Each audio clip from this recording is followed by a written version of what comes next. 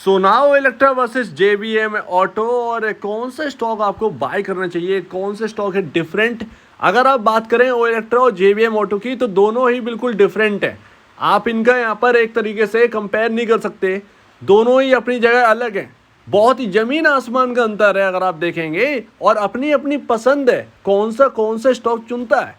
Investor से यहाँ पर क्या चाहिए, ये पॉइंट इंपॉर्टेंट है। तो हम वही यहाँ पर डिस्कस करेंगे और देखेंगे कि आपको कौन सा पॉइंट चाहिए था और आपके पास कौन सा स्टॉक होने चाहिए था। तो अभी देखिए, कंपनी के अंदर सबसे इंपॉर्टेंट होता है कि उसकी प्रॉफिटेबिलिटी पर कोई दबाव ना हो, और प्रॉफिटेबिलिटी पर दबाव बहुत ज़्यादा असर करता है कंपनी के कर्ज। अगर कंपनी के ऊपर कर्ज है तो प्रॉफिटेबिलिटी के ऊपर दबाव बना रहता है। जितना बड़ा कर्ज होगा उतना बड़ा दबाव यहाँ पर झेलती है कंपनी। तो अभी इन दोनों कंपनियों के ऊपर कितना कर्ज है, तो ये आप समझिए। जेबीएम ऑटो के पास है 2023 मार्च के हिसाब से 1636 करोड़ का कर्ज है। वहीं अगर आप देखें ओ इलेक्ट्रा को, तो ओ इलेक्ट्रा के पास 133 करोड़ का कर्ज है। इतना अंतर है, ह्यूज अंतर है। काम में तो बहुत ज़्यादा डिफरेंट है अगर आप दोनों के काम देखेंगे तो। जेबीएम ऑटो सिर्फ और सिर्फ एक ईवी स्टॉक से नहीं जाना जाता, आप ये समझिए ज़रा। मैं आपको शायद पिछली बार बोल चुका हूँ। यहाँ पर अभी अगर आप देखें तो जेबीएम ऑटो ने शुरुआत करी है ईवी के अंदर, लेकिन एक्चुअल में इनका बहुत बड़ा व्यापार है, ऑटो एंसिलरी का बिजनेस है जो है वो बहुत बड़ा। यहाँ पर जो बेस बना हुआ है वो ऑटो एंसिलरी में बना हुआ है, और ऑटो एंसिलरी के बाद यहाँ पर आपका ईवी आता है, ईवी स्टॉक। इतना अंदर है। अब ये ईवी स्टॉक की वजह से बूम तो आया है इसके अंदर कि इलेक्ट्रॉनिक व्हीकल में ये एंटर कर चुके हैं, वो एक अलग बात है, डिफरेंट है। इन्होंने भी यहाँ पर ये कह रखा है कि जेबीएम ऑटो अब फुल्ली इंडियन मेड यहाँ पर आपकी बसेस बनाएंगे इलेक्ट्रिक। तो ये अपने आप में एक बड़ी बात है, और कंपनी के पास है अपना खुद का प्लान है, विज़न है, तैयारी पूरी है, उतर भी चुके हैं। तो ये एक बहुत अच्छी बात है। लेकिन एक्चुअल में सपोर्ट जो है ना, नेट सेल्स नेट प्रॉफिट में जो कर रहा है वो इनका ऑटो एंसिलरी कर रहा है। वहीं अगर आप देखें तो मार्केट कैप जो है वो 16,481 करोड़ रुपए का है। पहले ये कंपनी 200 रुपये के आसपास थी। जब से आई है इसके अंदर 200 से 1400 की हो गई। तो यही हुआ था ओ इलेक्ट्रा के अंदर। जैसे ही ईवी के अंदर बूम आया, 80 रुपये से सीधे 800 रुपये, 800 रुपये से सीधे यहाँ पर 1500 रुपये आपको देखने को मिला है। तो यहाँ पर अगर आप देखें ओ इलेक्ट्रा का मार्केट कैप है इतना नहीं है, 9700 करोड़ का मार्केट कैप है। यानी कि अभी अंतर है जेबीएम ऑटो में। और ओ इलेक्ट्रा प्योर ईवी व्हीकल है, प्योर ईवी व्हीकल स्टॉक है, उसके अंदर कोई ऑटो एंसिलरी का काम नहीं है। यानी कि ओ इलेक्ट्रा का अगर ईवी का बिजनेस ठंडा अगर पड़ता हुआ दिखा थोड़ा सा भी, तो उसको सपोर्ट देने के लिए कोई बिजनेस नहीं है। जेबीएम ऑटो के साथ ऐसा नहीं है। अगर ईवी के धंधे में थोड़ा सा कमी आई तो वो ऑटो एंसिलरी का जो बिजनेस है वो संभाल लेंगे। हैंस यहाँ पर ना आपका कंपैरिजन भी पूरा हो गया। अगर आप देखें, वैसे तो हम नंबर अभी देखेंगे, लेकिन कंपैरिजन यही पूरा हो गया कि जिसको जो पसंद है इन्वेस्टर को। अगर आपको डाइवर्सिफाइड चाहिए, कंपनी के अंदर दो बिजनेस चाहिए, ईवी भी होना चाहिए, ऑटो एंसिलरी भी होना चाहिए, ताकि कॉम्बो में चले, तो आप जेबीएम ऑटो में शिफ्ट करिए आप। अदरवाइज अगर आपको प्योर इलेक्ट्रॉनिक व्हीकल स्टॉक चाहिए तो आप ओ इलेक्ट्रा की तरफ देखिए। मार्केट में आपका प्योर ईवी स्टॉक जो है ना वो नहीं है कोई। तो वो यहाँ पर आप देखिए, आप ग्रिप्स कॉटन में भी चले जाएंगे तो ग्रिप्स कॉटन भी प्योर ईवी व्हीकल स्टॉक नहीं है। और इनके फ्यूचरिस्टिक व्हीकल आए हैं, अभी ये इनका तीसरा प्लेयर उतरने वाला है। अभी वो इलेक्ट्रा जेबीएम ऑटो ही है, लेकिन आपका ग्रिप्स कॉटन भी उतरेगा, और उनके तो 3 व्हीलर आते भी हैं। तो अगर आप देखें तो पी रेशियो यहाँ पर कितना डिफरेंट है, तो जेबीएम ऑटो का यहाँ पर पी रेशियो 128.02 का, और ओ इलेक्ट्रा का यहाँ पर आपको 150 का पी रेशियो देखने को मिलेगा।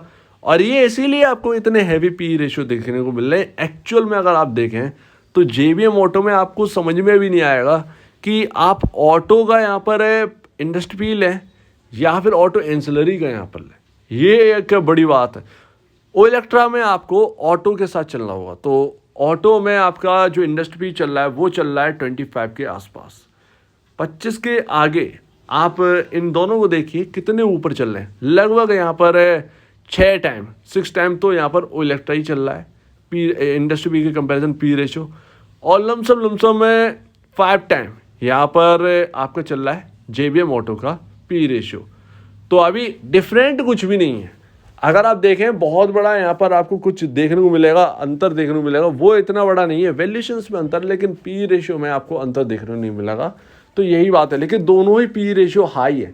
अब यहाँ पर बात आती है, बबल तो नहीं क्रिएट हो रहा है, बबल क्रिएट अभी नहीं हो रहा है।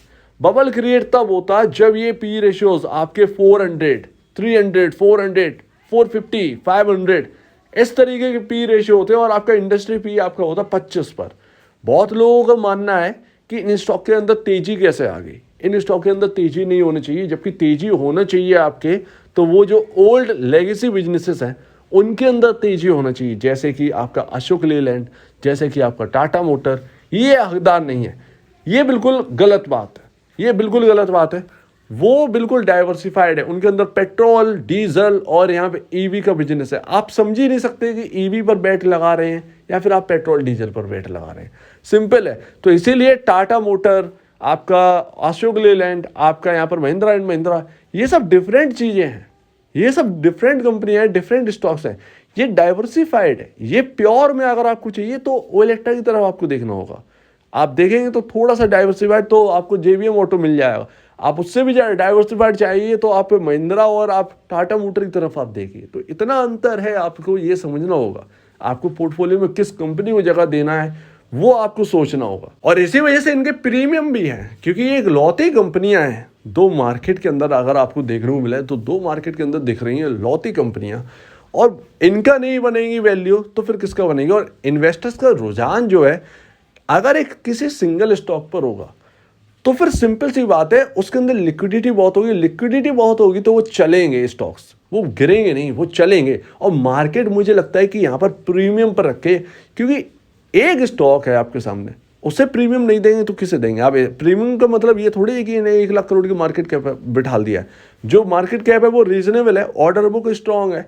नेक्स्ट क्वार्टर से आप देखिए ओलेक्ट्रा के अंदर जो आपका 10,000 करोड़ का ऑर्डर मिला था वो असर करने लगेगा, तो वो देखिए आपका पी रेशियो जो है वो सडनली डाउन आने लगेगा। और ऐसे में पीएम ई सेवा का अगर ऑर्डर आ चुका है इन कंपनी को, तो और वो नेक्स्ट क्वार्टर में अगर आपको Q2 से देखने को असर देखने को मिलने लगा, तो फिर देखिएगा कि इन दोनों स्टॉक्स के पी रेशियो घटते हुए नजर आएंगे अपने आप ही।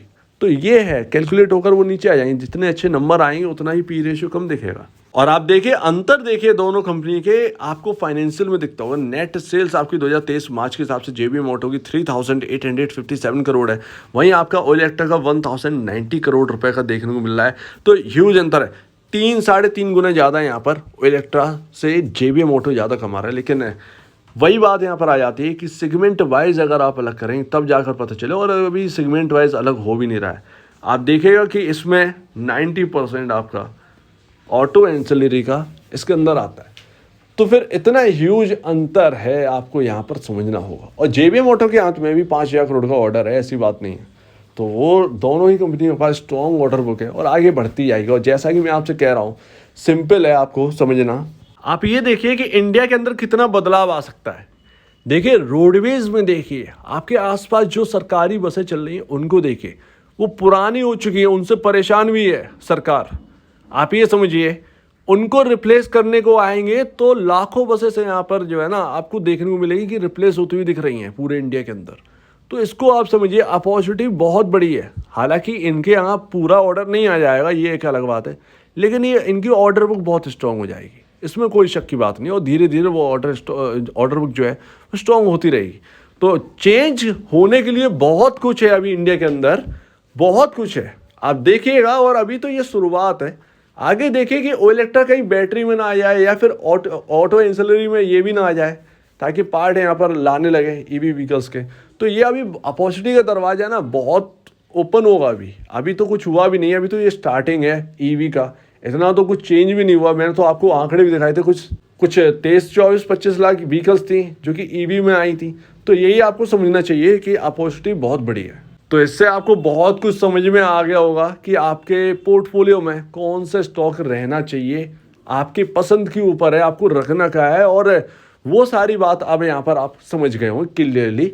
वो टाटा मोटर, महिंद्रा और ये जेबीएम ऑटोस, इनका पूरा ब्यौरा आपको कंप्लीटली मिल चुका है।